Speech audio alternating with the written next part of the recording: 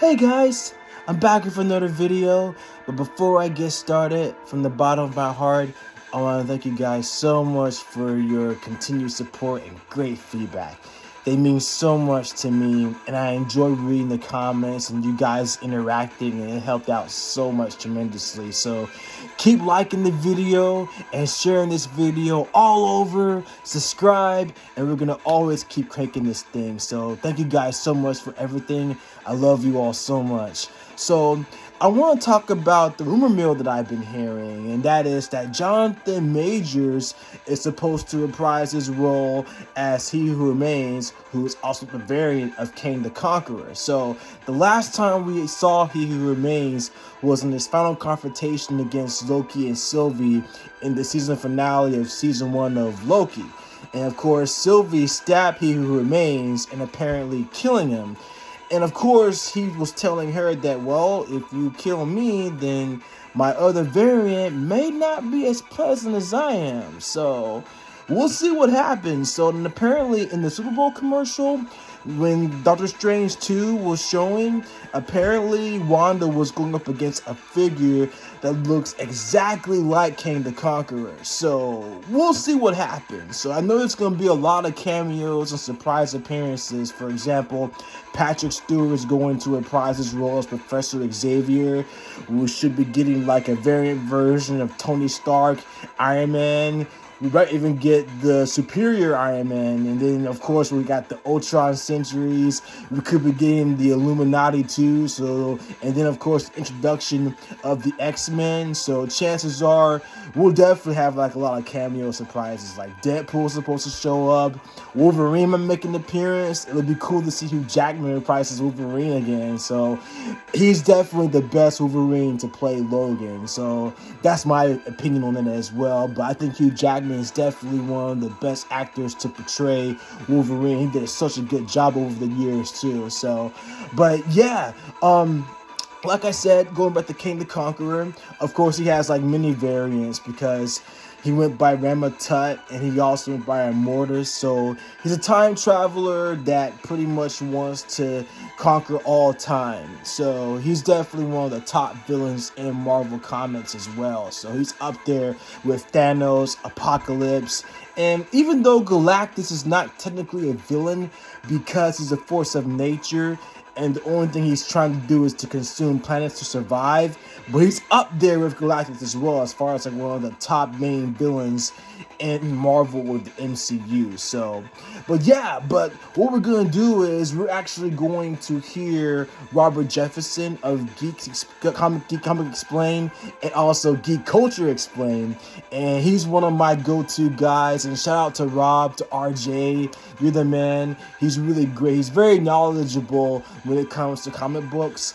And as far as like just everything is concerned with all the characters that he always breaks down, Rob is definitely the man. And I know I'm knowledgeable when it comes to like comic books and histories and everything, and so Rob is up there too when it comes to that too. So he's my go-to guy and my guy too. So I know that you guys are knowledgeable when it comes to comics as well, because you guys always ask me questions as well. So, but without further ado, we're going to hear Rob out, so let's get into this. What's going on, guys? This is Rob, and before you ask, don't worry, I will let you all see my not very beautiful face again. We've just been getting bombarded with like snow and ice, and it's just more convenient to record from home. So, word has reached my ears, and by this I mean I was sent a Twitter DM, that apparently there's a theory floating around out there that this person in Doctor Strange 2 is not Superior Iron Man or Captain Marvel, who basically is being played by Monica and or Maria Rambeau. That instead, it's a variant of Kang the Conqueror who hasn't become a bad guy yet. Now, my thought on this is that, okay, if they're going to do that, then one, that would kind of overcomplicate things, especially because if they were to do that, it would most likely be Iron Lad. And two, what would be the point? Okay, so we're going to answer that second question here in a minute. So as far as like Iron Lad's concerned, that's actually Tony Stark from the future, who's actually young. So he goes by Iron Lad and he comes to the present and pretty much like takes Tony Stark's life. So that actually happens in the comics as well, though. So here's the explanation on Iron Lad. And honestly, I'm going to give you guys an example outside of comics, because if I try to explain Iron Lad from Marvel Comics, it would be ridiculous because the whole relationship between Iron Lad it's and time travel. you guys know him as He Who Remains. Time travel theory. Are basically just, it's the most overly complicated and convoluted, unnecessarily, just, it's the biggest pain in the ass ever in, like, Marvel Comics. So here's the idea. Let's say you're 50 years old, right? Because I don't know how old you are, but let's say you're 50 years old. And let's say that you're a professional thief. And let's say you somehow discover the ability to travel back in time.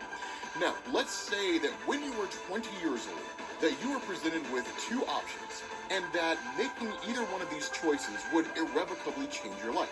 You'd be given the option to travel the world or to go to college. Now, the choice you made at 20 years old was to travel the world, which in turn led you down the path of becoming a thief. And so in order to ensure that you do follow that path, you, at 50 years old, with the ability to time travel, go back to when you're 20 years old and tell your 20-year-old self, I need you to make sure that you travel the world when you're given the opportunity to do that instead of going to college. And when your 20-year-old self asks why, you say, because when you travel the world, you'll go through a whole bunch of experiences and then you'll basically become me, a professional thief at 50 years old. The kicker is that your 20-year-old self says, absolutely not. I do not want to become a professional thief. I do not want to do that. And so your 20-year-old self does everything they can to make sure that they don't become you. The funny thing is, no matter what your 20-year-old self does, they will inevitably become you, right? Hence the reason why you went back in time in the first place, to make sure they become you. So here's the thing, that's the relationship. It actually reminds me of Trunks from the Dragon Ball franchise, is that he goes back in time and tries to stop the past characters from originating the future. So when he goes up against Cell, he basically tries to destroy Cell before Cell takes over in the future. So that's pretty much what it reminds me of. And then Trunks going back to see himself the first time when his present self was a baby. And then when Trunks returns in Dragon Ball Super doing the Goku Black art, he actually sees his 9-year-old or 10-year-old self and teams up with him, which is actually pretty cool. So it's basically time theory in its synopsis. So it's pretty cool. And there are other time traveling characters I can pretty much think of. So it's pretty cool. Like Michael J. Fox's character from Back to the Future, when he meets Doc Brown, and in the sequel he tries to make sure that his parents come together, otherwise he won't be born. So it's pretty much time traveling to a T. So between Kang the Conqueror and basically Iron Lad. That Kang the Conqueror traveled back in time, met his younger self, and then said, hey, I need you to make sure that you do the things you're supposed to do in order to become me. And his younger self said, no, I don't want to do that. And then he actually ended up becoming a superhero instead of a supervillain, and then basically does everything he can not to become Kang the Conqueror. That's the whole idea behind it. Now, here's the issue with that. If they threw that into the MCU, it's going to confuse the hell out of the entire movie-going audience. Because it already seems like there's just so much happening in Doctor Strange 2 already. If they add in a subplot, this is actually Kang the Conqueror before he becomes a bad guy, right? Then you have to answer the question of, like, motivation and all that kind of stuff. Plus, it's also predicated on the assumption that people were watching Loki. And one of the things that Kevin Feige has come out and said is that watching the TV shows are not necessary in order to understand what's going on in the movie line of things. It helps, but it's not required.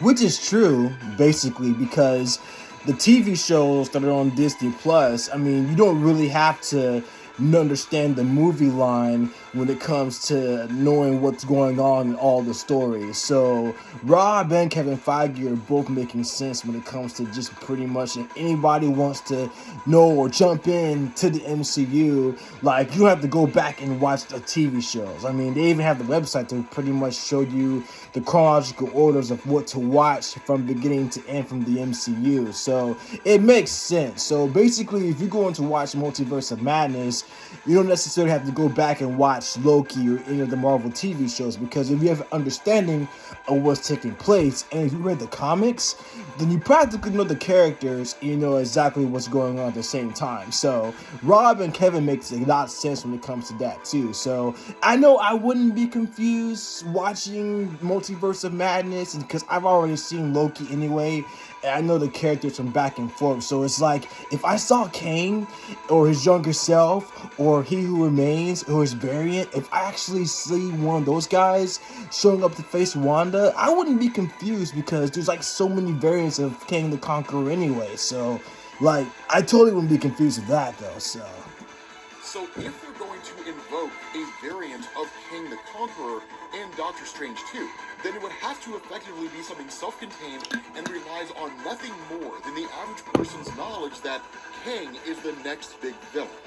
Here's how I think. So like I said, he's up there with Galactus and Apocalypse and Doctor Doom. So far-fetched that it's never going to happen. But as you guys know, when it comes to theory crafting, I don't care if I'm right or wrong. So here's the thing about this, right? Let's imagine, for example, that this whole movie takes place, right? That you have, like, the events that unfold, however it is they unfold. Maybe it's Dormammu who's manipulating Scarlet Witch. Maybe it really is just Wanda who flipped her whatever the case is, right? It's just this great big huge threat. Now, we do know, just based on Loki, right, just using that little bit of information, one, we know that Kang the Conqueror is the main bad guy, and we also know the multiverse is back, right? Whether or not you saw Loki is irrelevant in relation to that. Doctor Strange 2 is literally the Multiverse of Madness. And what will likely be explained over the course of that movie, even if they don't necessarily directly invoke Loki, is that the multiverse is basically growing. The multiverse is essentially out of control. The events as they transpired in Loki are generally known to the movie-going audience, even if the finer details are not. But basically, they would walk away or go into the movie with that information. The multiverse is back and it's spiraling out of control. Why it's happening, they may not know. They simply just know that it is. And so this is when you basically end up having like the formation of the Illuminati as it was brought together by this variant of Kang the Conqueror, right? This however it is they want to spin this guy. And so what this does is it gives us the Illuminati as a group of multiversal beings who, whatever their motivation happens to be, it doesn't really matter for this theory, but whatever their motivation happens to be, have come together in order to quell the threat of whatever it is that's threatening the multiverse. Scarlet Witch, Dormammu, combination of both, right? Doctor Strange gets involved. They're like, hey, cool, thanks, Stephen Strange. Here are the things that we have to do in order to win. And Doctor Strange basically helps them, right? He working alongside the Illuminati as well as any other beings that he comes across, right? So like America Chavez, so on and so forth, that they all basically end up coming out on top, right? That basically like the day is saved. Now, you get to the end of the movie, possibly even a post-credit scene, right? You get to the end of the movie, and this Kang variant, right, meets with the rest of the Illuminati, and basically tells them, like, the threat's been defeated, right? Like, the day has been saved, the path is clear. Now, the rest of the Illuminati basically deactivate their imaging users. And they're not the Illuminati. The Illuminati never existed in Doctor Strange 2, right? It was a ruse. The Illuminati is the Council of Kangs. And the reason why this was done is because despite what Kang is capable of, being able to travel the multiverse and all kinds of cool stuff like that, Kang does not have the power to defeat somebody like Dormammu or even Scarlet Witch. They don't have the power. I can see that actually taking place. I can totally imagine the end credit scenes. There's the Illuminati in the table, and as they were surrounding to the table, the image producers disappear, and then all of a sudden we could actually see all the variants of Kang. So that would be pretty awesome to pretty much see that. Because, I mean, imagine seeing all the members of the Illuminati and then all of a sudden when the image producers disappear, we'll see all the variants of Kangs. That'd be pretty awesome. I mean, that would be a good end credit scene too. To pretty much see that, hey, we haven't seen the last of Kang. And then all of a sudden we pretty much see, hey, Doctor Strange 3 coming up next, or we'll see this is the last time we see Kang, so we could be seeing either of those two. So it's gonna be intriguing. Power to do it, right? He does not have the ability to do that. The reason being because Kang the Conqueror is a technological guy.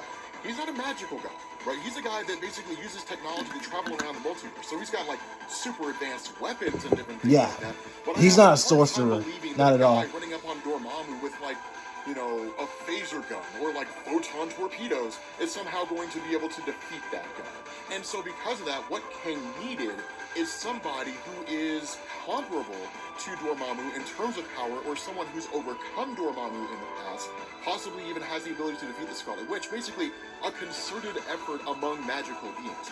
And what you basically end up realizing is that the entire events of Doctor Strange 2, right, not necessarily like Scarlet Witch losing her mind, but like Doctor Strange stepping in, the battle that unfolded, the defeat of like Dormammu, Scarlet Witch, or whatever it is, it was all being manipulated behind the scenes by Kang the Conqueror in order to remove an obstacle from his path. in order to ensure that, like, if it really is Dormammu, and the return of the multiverse means all these different variants of Wanda Maximoff, the Scarlet Witch, who can now be controlled or possessed by Dormammu, in order to seize control of those universes and expand that sphere of influence, that this expansion can basically be stopped, and it can ensure that the Council of Kings can basically rule the multiverse. Now, obviously, there's a million holes in this theory, but here's the reason why, assuming those holes can be patched, here's the reason why I think that would work. The reason being because of the fact that what it does is it introduces Kang the Conqueror. It gives us our first look at Kang the Conqueror in Doctor Strange 2, which would make the most sense given the fact that Kang is a multiversal being, that Kang has a desire to conquer the multiverse, that and time himself, so told us that it wasn't just one Kang doing it, it was a group of Kangs, it was multiple Kangs, so basically the Council of Kangs, so it gives us that perspective, and it also does not make Kang the main overarching villain of the movie. It doesn't give us so much about his character. What it does is it gives us just enough to realize how dangerous this guy is. That the danger of Kang the Conqueror does not lie in his desire to get the Infinity Stones and blink out half the life in the universe for reasons that make sense to no one but himself. That the danger of Kang relies in the fact that, one, you never know if it's Kang that you're dealing with, and two, the guy tricked the multiverse. The guy literally duped the multiverse into essentially fighting a war for him, and then winning that war for him, and then clearing the path for him to conquer the multiverse, all the while the heroes being blissfully unaware of that fact.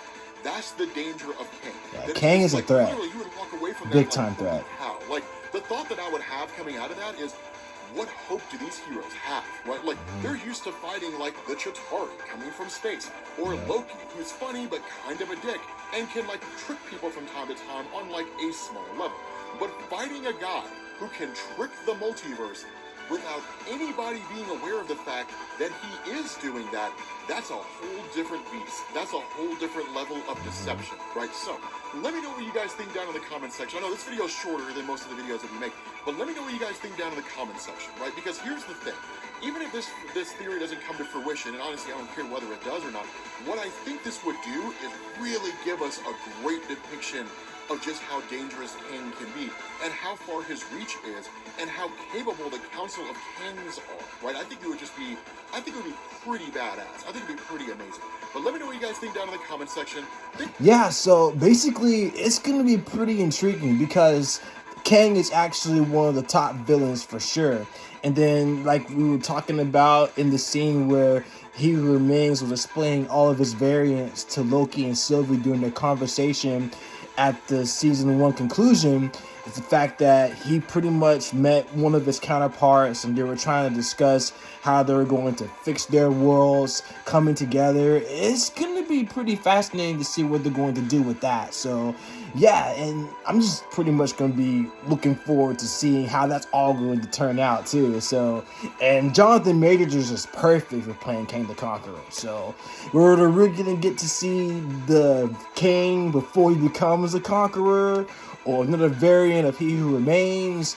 It's going to be incredible. So, I mean, Kang is actually one of my favorite villains. So, I definitely like the part that they're actually going to introduce more villains to the MCU, and then pretty much exploring their whole depths and sure. So, but yeah, I was also going to point this out too.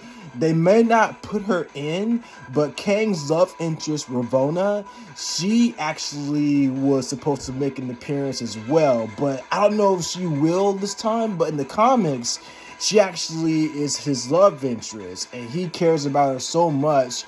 But in the comics, and I believe it was in one of the Avengers series, that they actually pitted up against each other to where it was Kang versus Ravonna, and Kang didn't want to fight her, but he basically wanted to prove his love to her. And I'm going to break her character down in the next video, because I'm going to do like each character breakdown of all the Marvel heroes and allies and villains for the next one too. But Ravonna's really cool, and like I said, I don't know if she's going to make an appearance in the MCU. She might in the future, But like I said, she pretty much plays a role in this as well, because she appears in the Avengers Earth Mightiest Heroes series, in the animated series. So yeah, so we'll see. But yeah, like I said, Multiverse of Madness is going to be insane. I'm looking forward to seeing it in May 6th. So it's going to be awesome. So, but yeah, I know this video is a little shorter than before, but I'm going to do the next video and we'll pretty much like break everything down. So, but yeah, guys, continue to subscribe to this video, like this video, share this video, and thank you guys so much for everything. So that's it for right now. So until then, you guys continue to spread love, love each other, and I'll see you guys in the next one. Take care, guys. See ya.